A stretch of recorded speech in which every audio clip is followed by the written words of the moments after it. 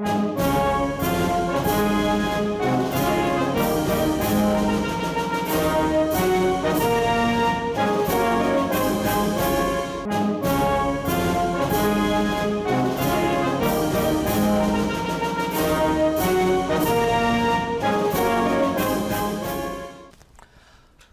folks, your next speaker comes from San Jose, California. He's a man of very dedicated, a man of honesty, a man who believes in truth, number one, and justice, and standing up against power. He stood up against his former bosses at the IRS because he found out that the IRS is lying and deceiving and ripping off the American people. And to this man, his oath he took to uphold and defend the U.S. Constitution from all enemies, foreign and domestic, was more important than taking orders from his bosses. It was more important than a high-paying job at the IRS, making about $80,000 a year back in 1998, 10 years ago, plus benefits and all that. Good, comfy, cushy job, especially when you got a wife and mortgage and kids to support. He let it all go because he believed in the right thing, standing up for. So please help me give a warm hand of welcome to former IRS Special Agent with the Criminal Investigation Division of the IRS, Mr. Joseph Banister.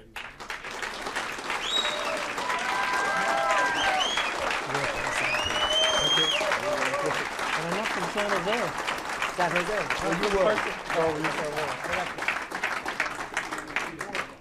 He's now one of ours.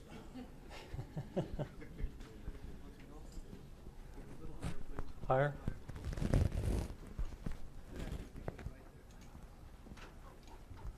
Higher, just like the IRS says they want your check to be. Higher, higher, higher. Okay, how's everyone today? Good?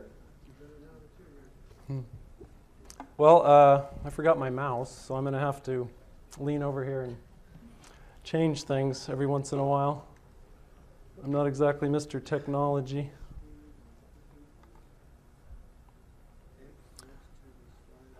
I actually used to call this talk, or just before 2 years flat, because I was measuring the time that somebody said, hey, there might be a little problem with the income tax, to the time when I resigned.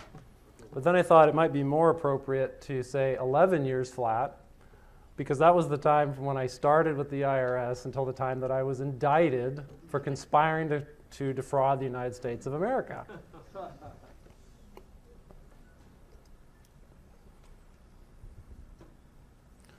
few websites, because I'm only going to be able to get to so much. And I appreciate the gentleman here telling me how much time I have left, because I never pay close enough attention.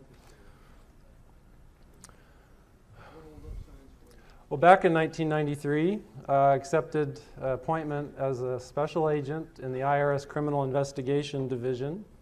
The IRS, they've changed quite a bit over the years, even in these 10 years or so since I left. There used to be three principal divisions in the IRS. The Examination Division, those would be all your auditors that come out and audit your tax returns. The Collection Division, which is staffed by people called revenue officers, and those are the people that come and seize your bank accounts, put liens on your homes, those kinds of things. And then they had the Criminal Investigation Division, and that's where I worked. And there's about 3,000 special agents in the IRS Criminal Investigation Division. I'm not quite sure how many there are now. I think there's more. They're having to beef up their ranks because there's more and more people discovering the truth. So they have to bring out more and more guns and clubs to beat us with. I come from a terrorist family. That's why I made it into the IRS.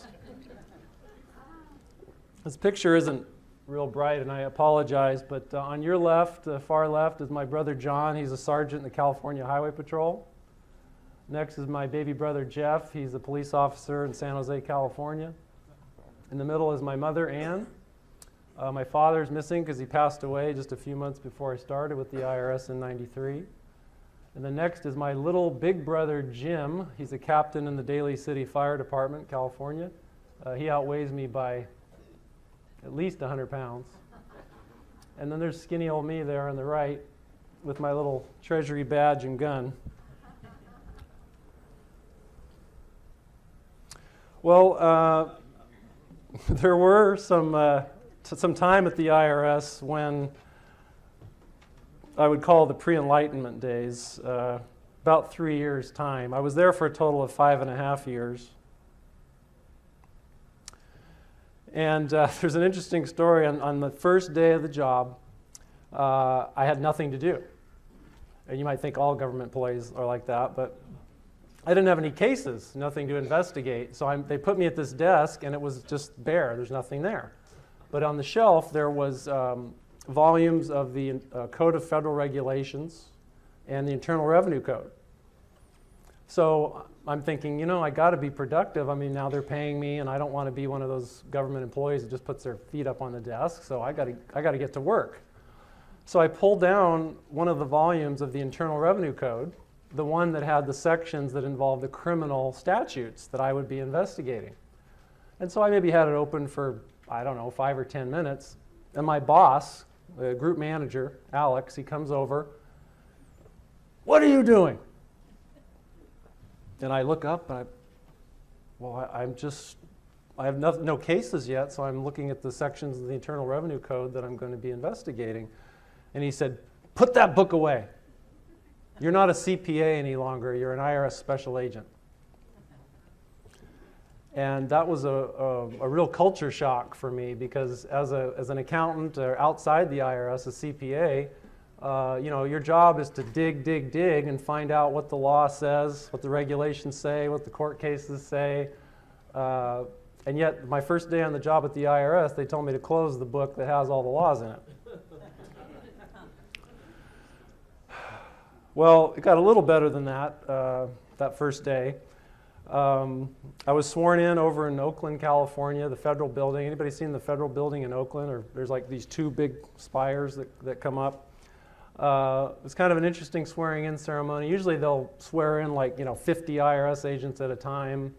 And mine was just solo, just my own little ceremony with the chief of the Criminal Investigation Division. Had my wife and my sons and my mom. And it was really an important ceremony for me, because I took an oath to support and defend the Constitution. And as corny as, well, at least some of the people at the IRS think, I really meant to adhere to that oath. I just never had any idea, you know, what kind of a struggle that would end up being. But I did have that mindset at the time. Shortly after I started with the IRS, this would have been January of 1994, I was shipped off to Glencoe, Georgia, to the Federal Law Enforcement Training Center. And there I spent about 16 weeks learning how to be a Treasury investigator, a federal law enforcement officer. There were 2 8-week sessions, and I was elected class president of both training classes. And what's kind of funny is that the class there in Georgia was like a big amphitheater.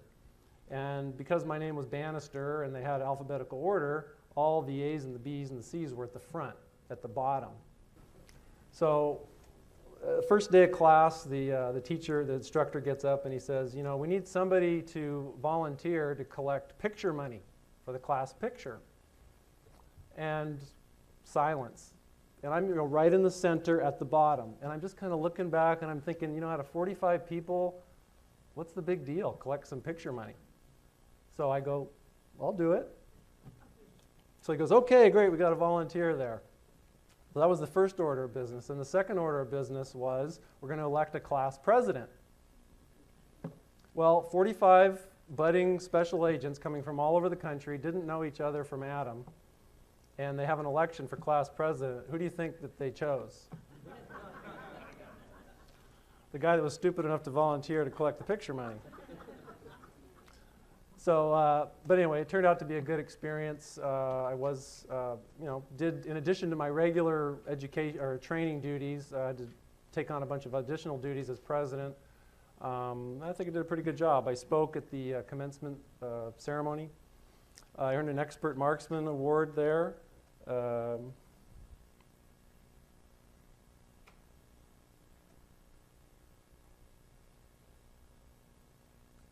I don't tell you all this stuff to brag. I tell it to you because, well, first of all, it's factual. I like facts myself. And second of all, I just, the IRS would lead people to believe that anybody that would have these beliefs or adopt them must have a screw loose, or must have been some kind of a slough or slug or something like that. Well, before I had left the IRS, I progressed up to grade 13. Special agent was the highest grade that you could achieve. I received numerous awards, Superior Performance Award, Sustained Superior Performance Award. They promoted me to the Asset Forfeiture Coordinator for the Central California District. I was the coordinator for the Organized Crime Drug Enforcement Task Force for the Central California District, and a Firearms and Defensive Tactics coordinator. So you'd think that was kind of progress towards a rewarding career at the IRS. I did too.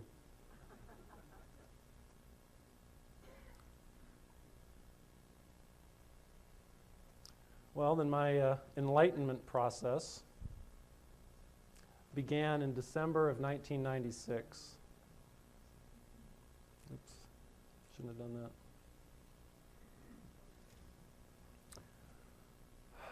I was driving, anybody familiar with the San Francisco Bay Area?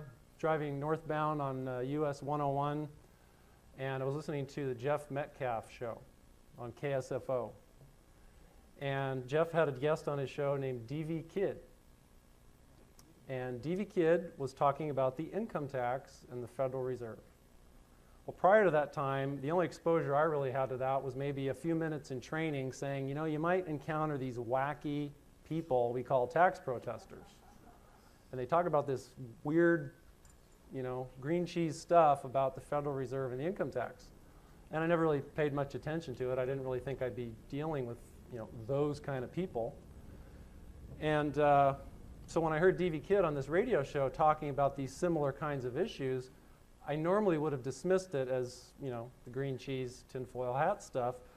But because she was on Jeff Metcalf's show, a man who I had listened to for the prior year or two, who I found to be, not a partisan kind of guy, not agenda-driven, just simply talking about the truth, the Constitution, things that, believe it or not, were actually important to me, even though I was an IRS special agent.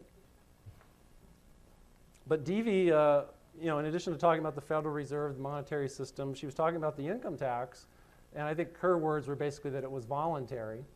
But what her details were basically saying is that when you looked at the tax laws as they were written and passed by Congress, signed by the president, they don't reach out and touch the average American, which would be quite contrary to what the public believes, right? Certainly what I believe. And when I heard her saying these things, like I say, northbound on 101, I've got my Sig Sauer, like you saw earlier, on my hip, and my handcuffs and my bulletproof vest, and it's like, lady, this tax ain't voluntary. And I'm a pretty humble person, not real ego-driven, but I mean, it was literally that wacky to hear her say this. But again, because she said it on Jeff's show, I thought, there's something wrong with this picture.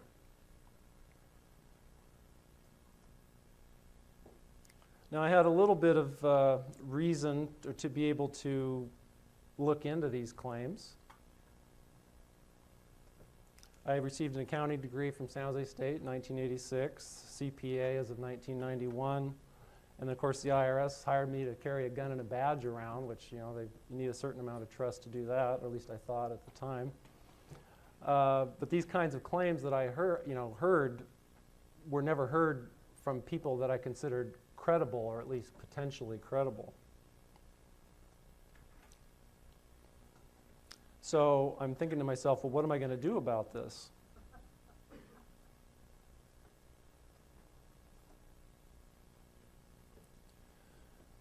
And I decided, well, first off, D.V. in the show, she mentioned a couple of booklets that she had published. One was called Why a Bankrupt America, and the other was Blind Loyalty.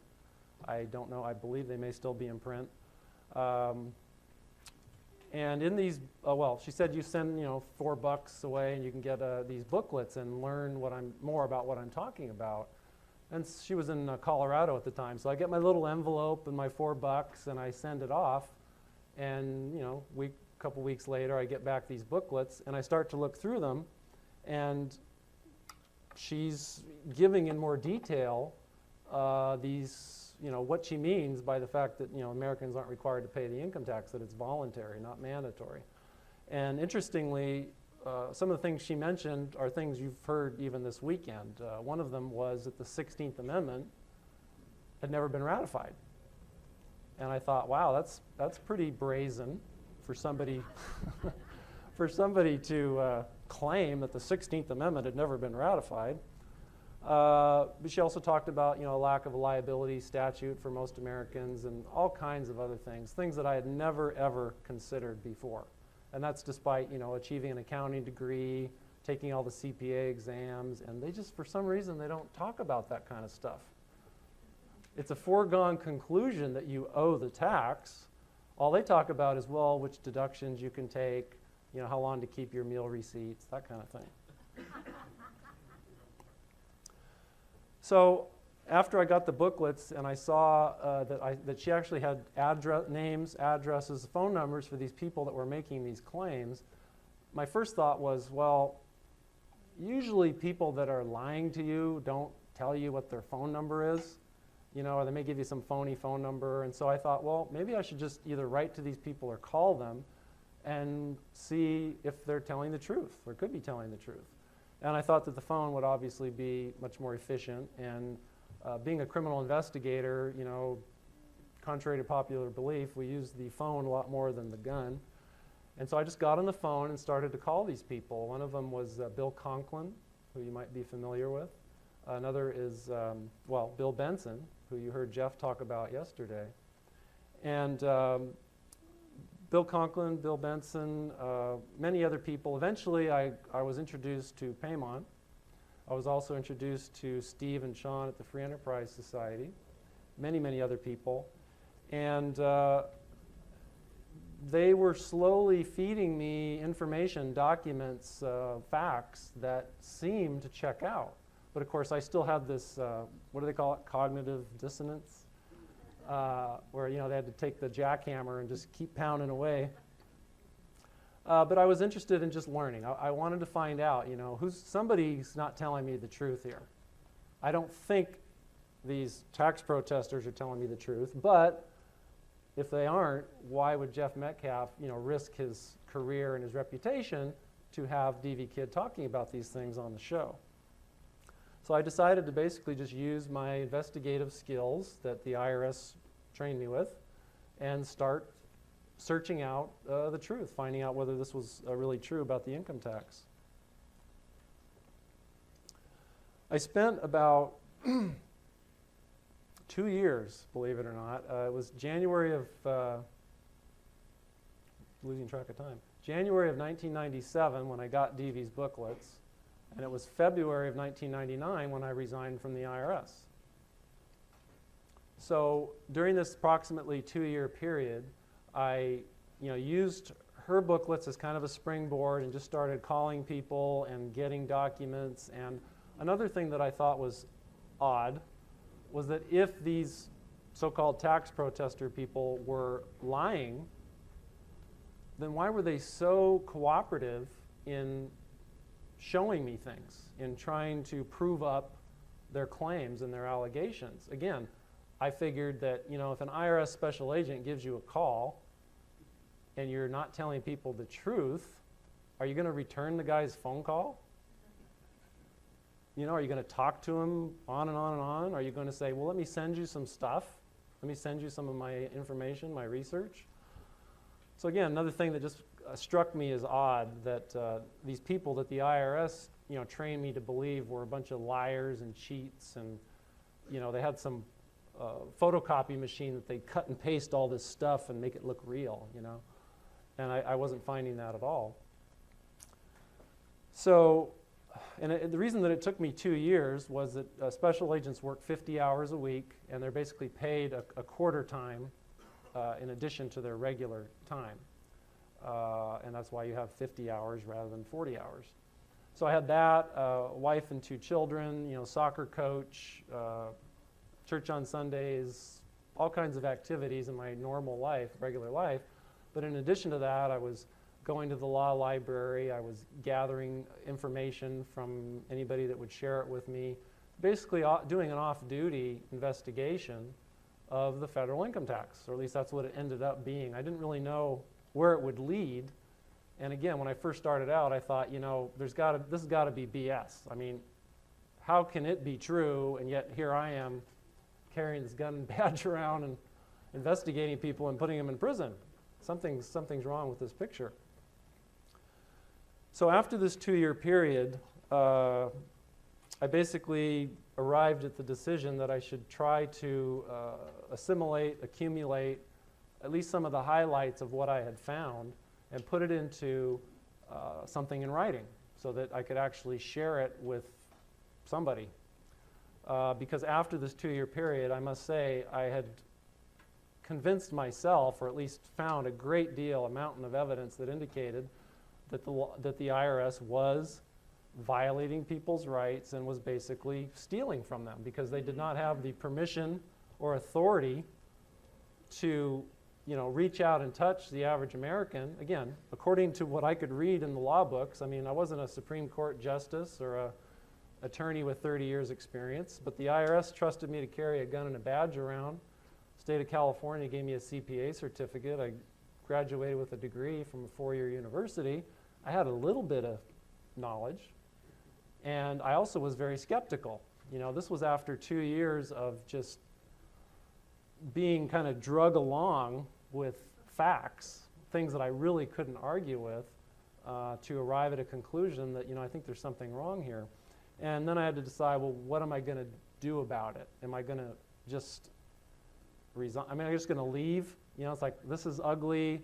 I'm not ugly. I'm going to leave and say nothing. Or this is ugly. I'm going to speak up because we need to stop the ugliness, the evil. And so I decided after much prayer and meditation to just, I took an oath to support and defend the Constitution. My research, my conscience tell me that there's a problem here. I mean, people are suffering because the IRS is breaking the law. That's how it looks to me. And I believe that my duty, my legal duty, was to speak up, but even my moral and ethical duty was to speak up. And so that's what I did. I went to my supervisors at the IRS, the San Jose office, my immediate supervisor, Bob Guarini, and just said, I've tried to go to bat for this agency and the income tax, but I'm coming up with a lot of things that really have me wondering and have me concerned. And so I'd like to express those concerns. And I told Bob about this report that I had prepared. And in the report, again, I'm just kind of methodically moving along as any investigator, I believe, would move along. And so I centered on 3 basic allegations in this report that I prepared, that due to constitutional limitations, most Americans aren't required to file income tax returns and pay income tax. The second allegation was the 16th Amendment was never legally ratified. And the last was that the U.S. government finances operations from the unconstitutional creation of fiat money. How do you think that went over at the IRS?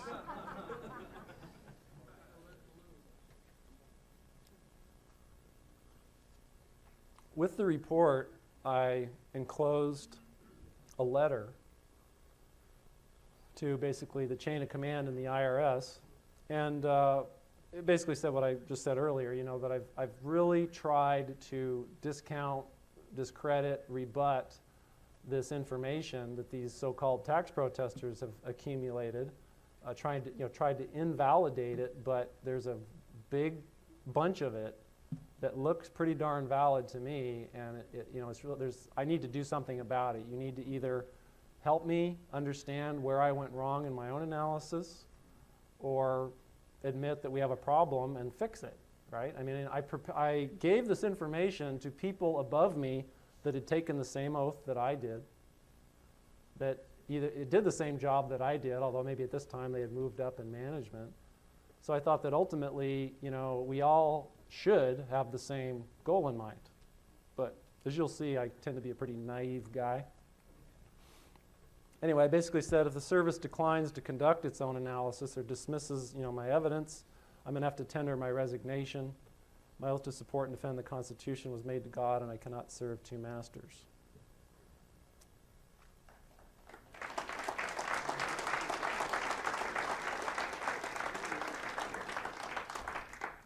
Well, it was, I guess, poetic justice that I mentioned that I'd have to resign if they couldn't help me. So they decided the best way to get rid of me was not to help me. I got a memorandum shortly thereafter that said the IRS will not be responding to your request and will be, I could put happy in there, happy to provide you with the necessary paperwork to tender your resignation.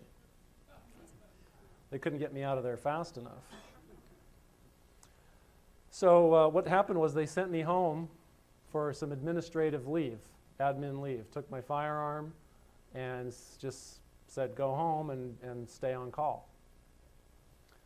So I had to come home and tell my wife that this job that I had put my family through hell for, left for 16 weeks while our youngest child was basically an infant, all kinds of sacrifices and suffering, and then to come back and say, you know what, honey, it seems like the income tax might be a fraud. She was not happy with me. So I thought, you know what, I think I might have burned a bridge or two with the IRS, and I think that if I stick around here, I basically feel like I trust my coworkers, the people in my office, but after all that I've seen, I'm not quite sure I trust the agency anymore, and I think if I stick around, they're going to do everything they can to discredit me and take away what had up till that point been a pretty good reputation. So I prepared a resignation letter and addressed it to the commissioner of the IRS at the time, Charles Rosati.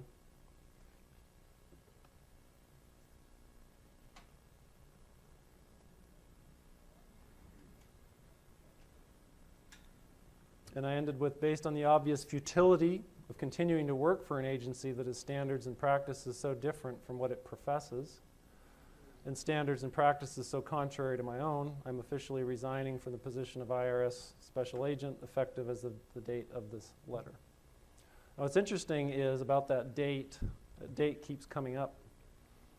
It was February 25th, 1913, when Secretary of State proclaimed that the 16th Amendment was ratified. And it was February 25th, 1963, when I was born. And it was February 25th, 1999, when I resigned from the IRS.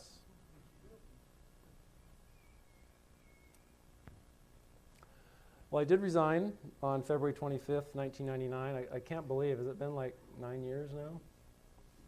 I'm still here on a stage talking to people.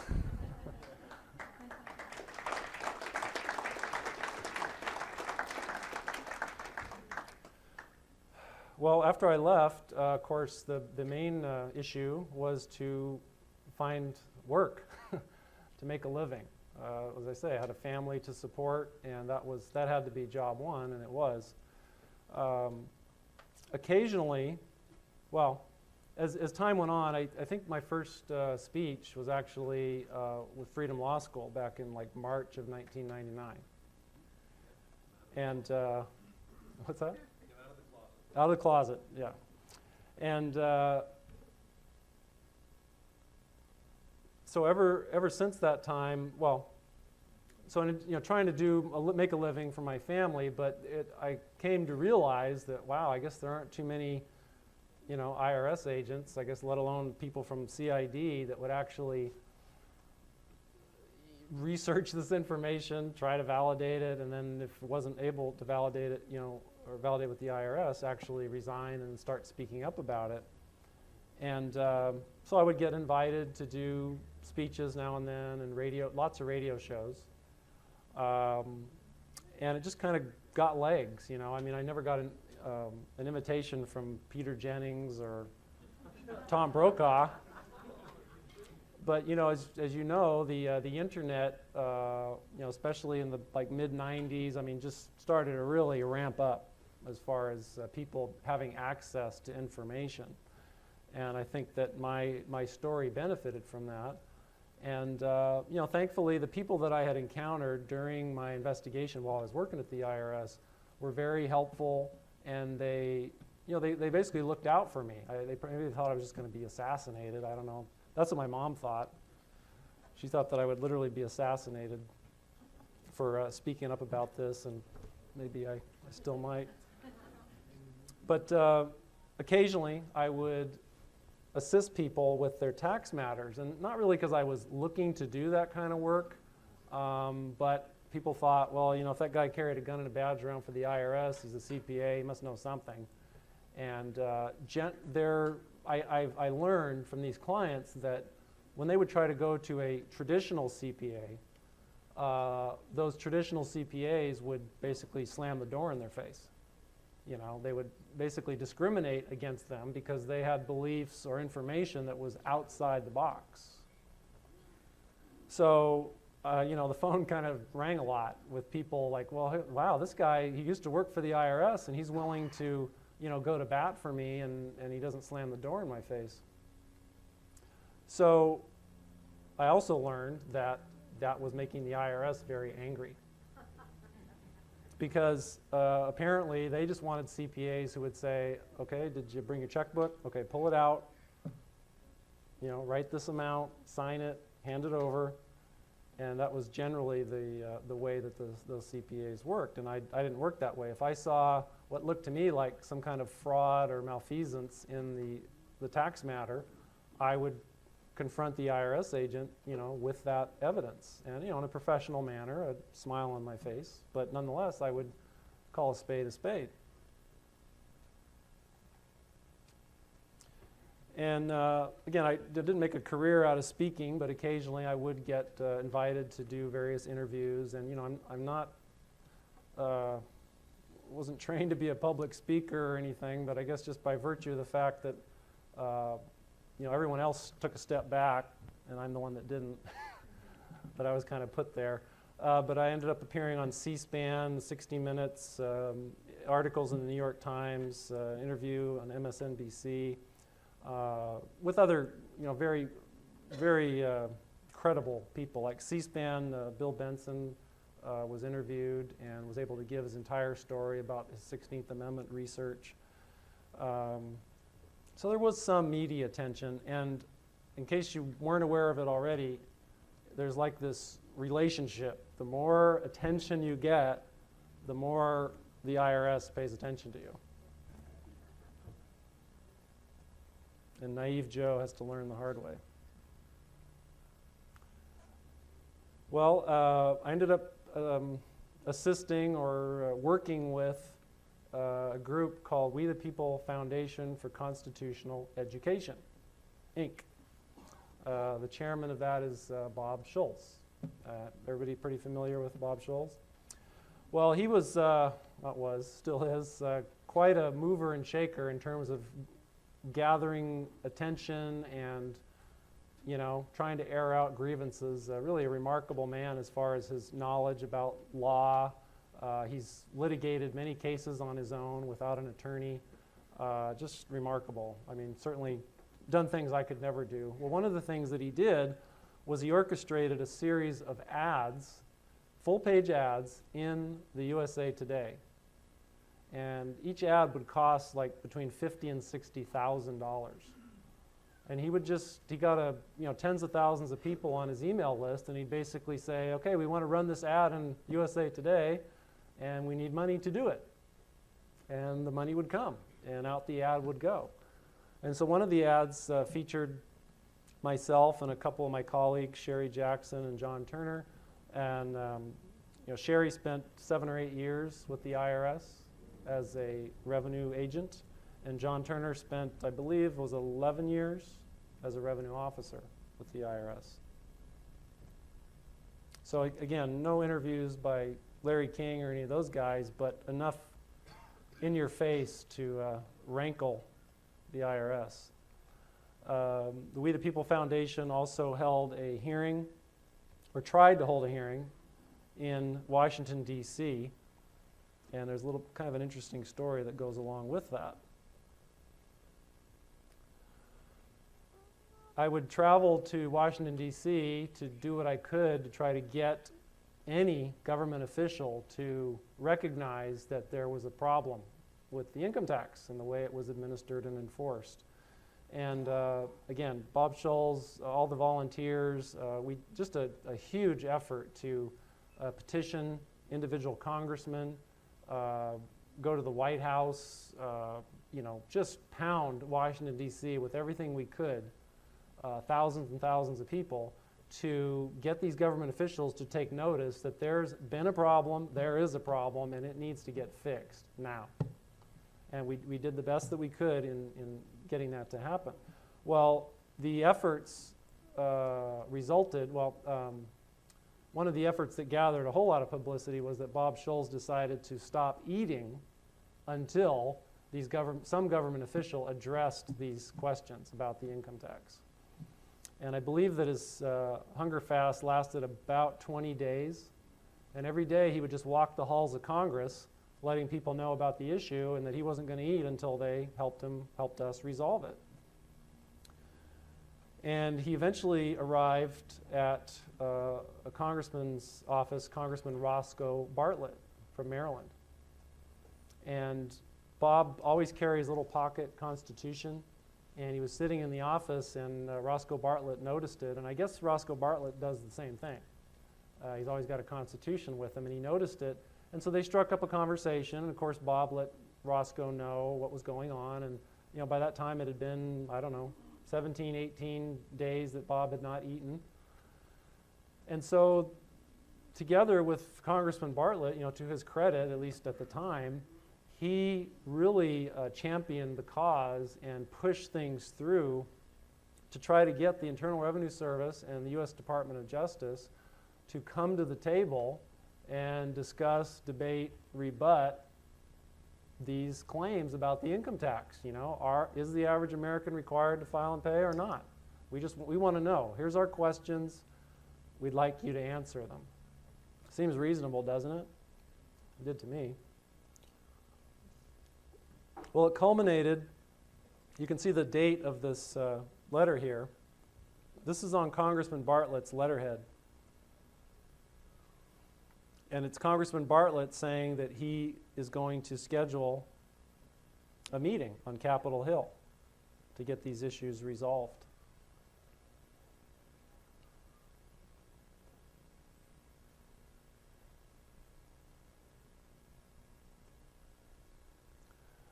Now, it didn't take long, it was a lot of struggle, of course, for Bob, because all these days that he had not been eating, but eventually it resulted in the Assistant Attorney General at the time, Mr. Bryant, to actually put in writing on Congressman Bartlett's letterhead, I will do everything within my power to ensure that the Department of Justice will provide appropriate representatives to participate in a congressional briefing hosted by Congressman Bartlett in connection with the above referenced matter. Now, did you notice the date was July 20th, 2001? What happened in September? 9/11 happened, and that caused this daisy chain effect where basically the government, the Department of Justice backed out of a written pledge to be at this hearing, and the IRS, who had given a verbal pledge, backed out as well, and so did Congressman Bartlett.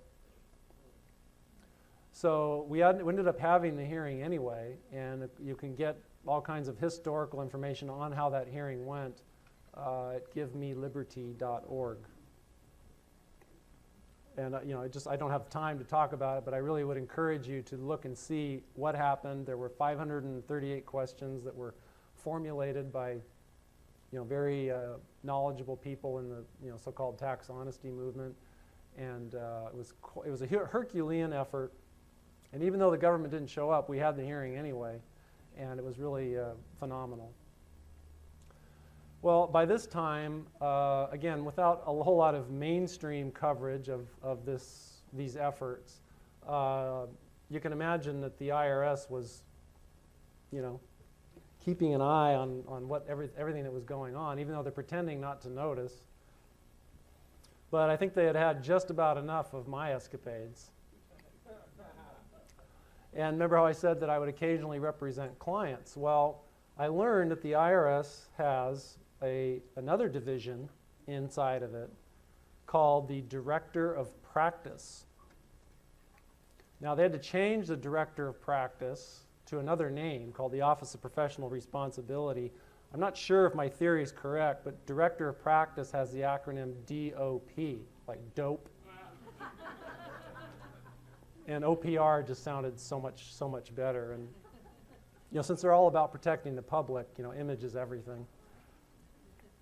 Well, what they did was they issued a complaint. The Director of Practice, the Office of Professional Responsibility within the IRS, issued a complaint against me for disreputable conduct in representing these clients. And then their complaint wasn't good enough. They had to amend the complaint and add even more charges. That I failed to file an income tax return in 1999, 2000, 2001, and 2002.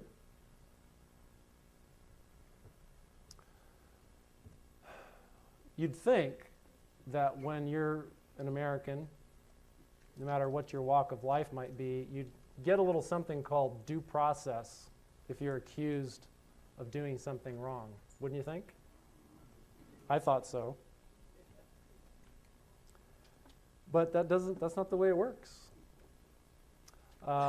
What's supposed to happen, or what was supposed to happen, is after this complaint was issued and we answered, there'd be some, basically what they call discovery, learning, what their case is about me, what the evidence was, disclosing certain things from my side, the defense.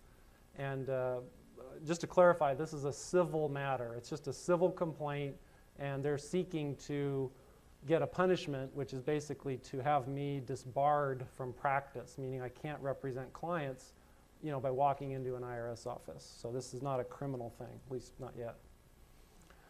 So anyway, I was expecting to have a hearing because the regulations actually called for a hearing. And it would make sense, right? You're charged with something so egregious like disreputable conduct.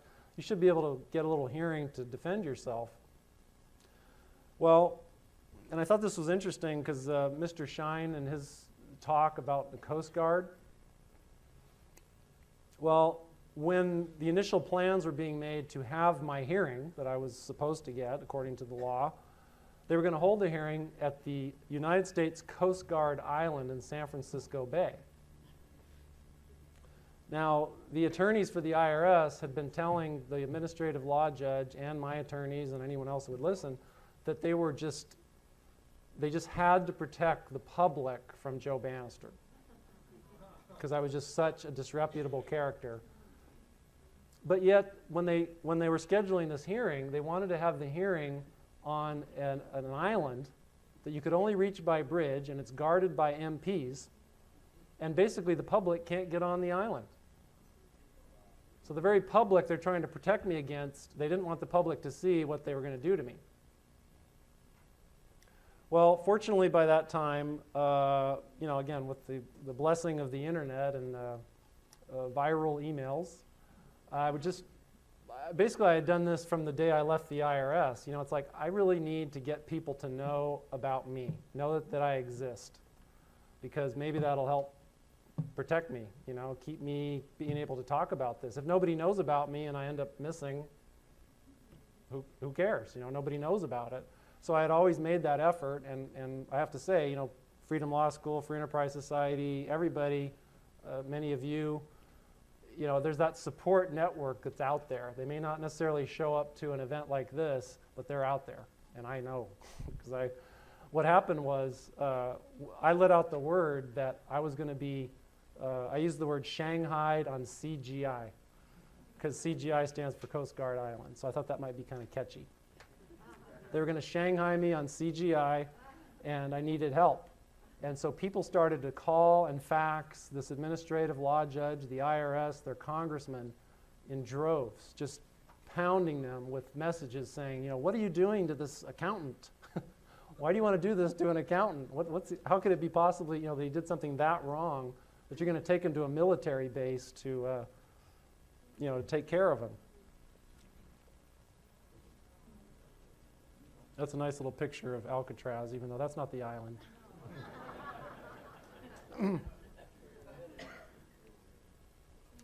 So with all this clamor, which was really significant, I mean, I was just felt so blessed that people would, take the time to get out there and make a difference, and it made a difference in my life, because they changed it, and I didn't have to show up to this island for this hearing.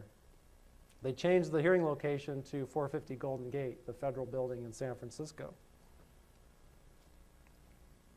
What's interesting is the attorneys for the IRS, they wrote a letter to my attorneys complaining that my attorneys put all these people up to it, which was just a joke. I mean, it was me just sending a letter out, an email to my list saying, this is what they're doing.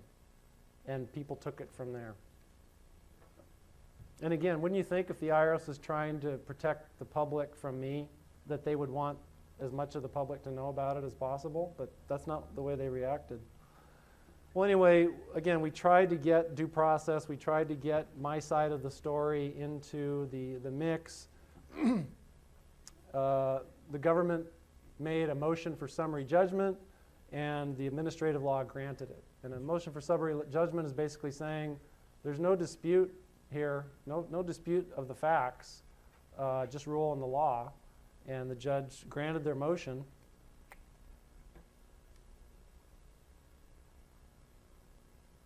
And ordered that I be disbarred from practice before the Internal Revenue Service. Now the problem is that the IRS doesn't have a bar. But that doesn't stop them. Just because they don't have a bar doesn't mean they can't disbar you. So I was disbarred. I never applied to be a member of any bar. I didn't, I was a certified public accountant licensed by the state of California. And a client would come to me and contract with me to assist them with their IRS matter. And yet the IRS, reached out and grabbed me and said, no, you're ours. And, we're going to do with you as we please. Well, the next step in the process of this complaint process is to appeal the administrative law judge's decision to disbar me. And you appeal to the Secretary of the Treasury. So I did so with the help of my legal counsel. Our complaint, or our appeal, basically said, look, I was denied any discovery, denied the right to testify on my own behalf. They wouldn't let me get up on the witness stand and testify. Deny me the right to cross-examine any of my accusers. Deny me the right to hear a hearing on the merits of the case. Wrong standard for summary judgment, excluding exculpatory testimony of IRS witnesses, and relying on the perjured testimony of an IRS official.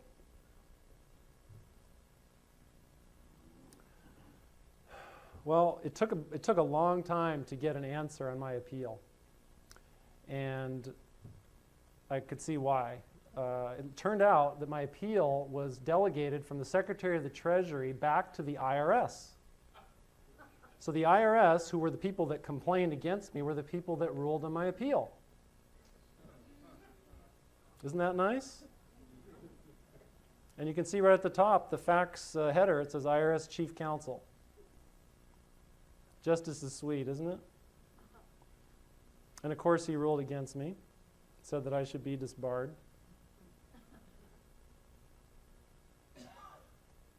And the IRS was, they pointed out in their press release that the Treasury Department denied my appeal. But as I just showed you, it was the IRS that denied my appeal. Treasury Department just delegated the decision to them.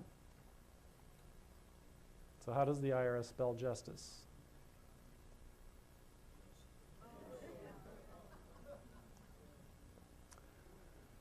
Well, as I said, this first issue was in the civil arena. Well, then they decided they're going to take me into the criminal arena. And in November of 2004, I was indicted for conspiring to defraud the United States of America and for preparing 3 false income tax returns. I was indicted with one of my clients, Al Thompson. The IRS, which has a very well-oiled publicity machine, put out a press release the day that I was indicted and arrested that I had been charged in this tax conspiracy. And my attorneys had told me that it was unprecedented to see the kind of language that they used in this press release, basically saying that I was guilty, that I had done all these things rather than just being accused of them.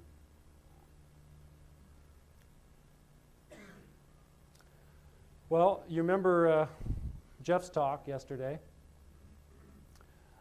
When you're charged with such terrible crimes, you better get to work defending yourself. That's what I did.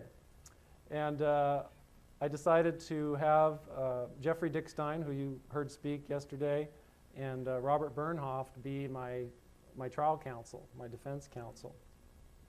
So Jeff said, well, you know, one of the things you got to do is get me whatever you relied upon, whatever you researched. So first I bought some stock in FedEx, and then I shipped him my information. And there's about 18 boxes there, I believe. And you can see that big smile on Jeff's face because he saw that he was going to get to go through it all. Jeff attached this to a motion for more time to prepare for the trial. And the judge granted the motion. Highlights of the trial. Prosecutor tried to disqualify Robert Bernhoft, my other attorney, just before the trial. Wasn't successful, thankfully. 28-year veteran of the IRS could not point out anything false in the returns that they said were false. No government witness could testify that a conspiracy even existed. No government evidence pointed to any conspiracy. Case investigator testified that he encountered no evidence that the IRS was impeded, impaired, or obstructed, and that's what I was accused of conspiring to do. The defense, called only one witness, and that was my former supervisor, Bob Guarini, who I mentioned earlier as a character witness. And we had to videotape his testimony because, oddly, he was going to be shipped off to Iraq right about the time that we were going to subpoena him to testify. So Jeff did an outstanding job of flying to Washington, D.C., where Bob was in some training to get his deposition before he left. And that deposition is what was shown in my trial. Not one juror ever voted for conviction during any of the deliberation polling. One of the 2 prosecutors did not even show up for the verdict. I usually run out of time to be able to describe the situation, and it's kind of a shame. Go for it. 5 minutes? Well, basically, this Thomas D. Leonardo, who you see up at the top, he was a prosecutor with the U.S. Department of Justice Tax Division, and he and I did some casework together, me as the investigator, him as the prosecutor. And I encountered him after I resigned from the IRS, and he said to my face that it was too bad that I was hanging around with a bunch of greedy people. Yeah, they have that mentality, believe me. And so I said, you've got me all wrong. I'm not greedy, and neither are my friends. We actually have some sincere concerns about the way this income tax is administered and enforced. And since you work for the Department of Justice, maybe you could get someone to answer our questions. Well, I didn't learn until Tom DiLeonardo was on the witness stand in my trial that he had actually complied with my request and sent an email to his supervisor, Ron Cimino, who at that time was the chief prosecutor for the entire western United States for tax crimes. And Tom did ask him to meet with me. despite the fact that my associates are mostly notorious illegal tax protesters who would most assuredly be disruptive and uncooperative. Well, thankfully, and no surprise to me, after the jury deliberated for I think it was almost a couple days, they found me not guilty on all charges.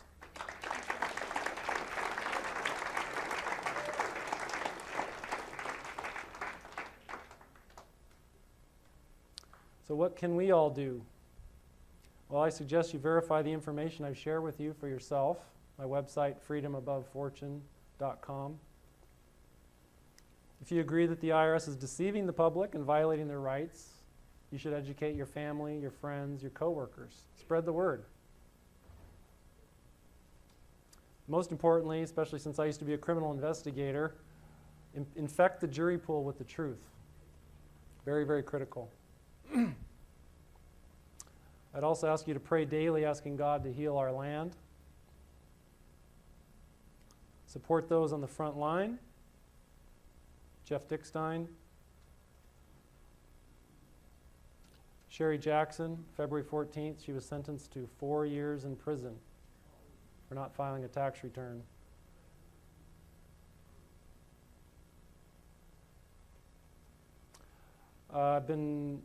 I'm happy to announce that I was invited to host a radio show.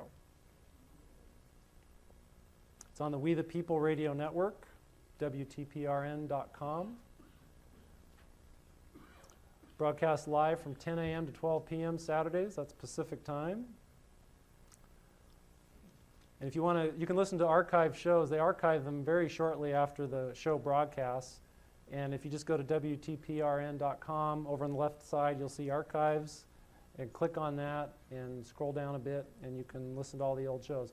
Lots of good guests. I mean, I don't talk much on there because nobody would listen. I just get lots of really exciting guests like Jeff Dickstein, Bill Benson. I'm going to have Colin Jackson, Sherry Jackson's husband, on pretty soon. Bob Bernhoft and Robert Barnes talked about the Wesley Snipes case. I really encourage you to go to the archive shows. Anybody heard of America Freedom to Fascism? As you know, it's a very powerful tool to educate others.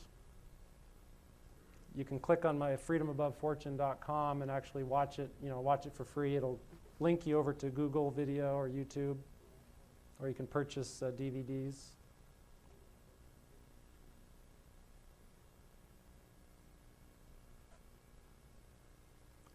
And just a few more websites.